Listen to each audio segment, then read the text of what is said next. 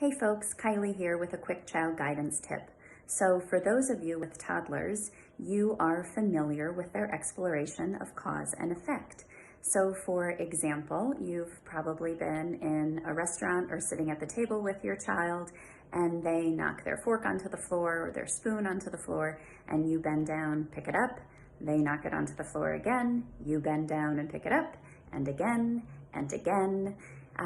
Part of it is that it becomes a playful game, but the primary reason is they are learning about cause and effect. If I knock my spoon onto the floor, what will happen next? You can also see it with a toddler who reaches out to touch an outlet and the parent shakes their head and says, "No, no." And the child withdraws their hand and then they reach out again and the parent shakes their head and says, "No, no." And this happens a couple of times. And the toddler reaches out to touch the outlet again and they shake their little heads and say, "Da, da," right? They know that what they've learned from that interaction is reaching out to touch the outlet elicits a no, no.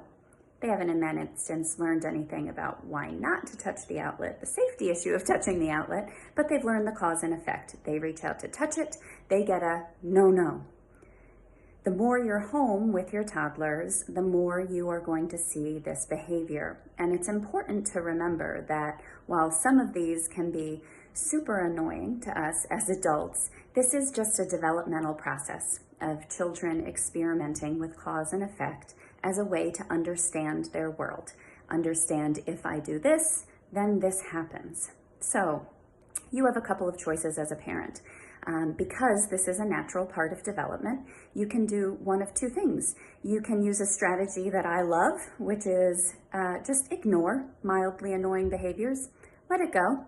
If it doesn't matter, just let it go. Let them keep experimenting with their cause and effect. If it's a safety issue, obviously you need to intervene, but if it's just mildly annoying to you, just let it go.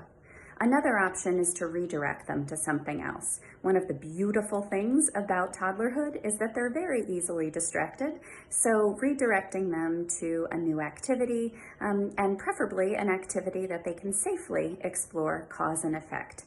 Covering something up, unveiling it, putting something in a box, shaking it out.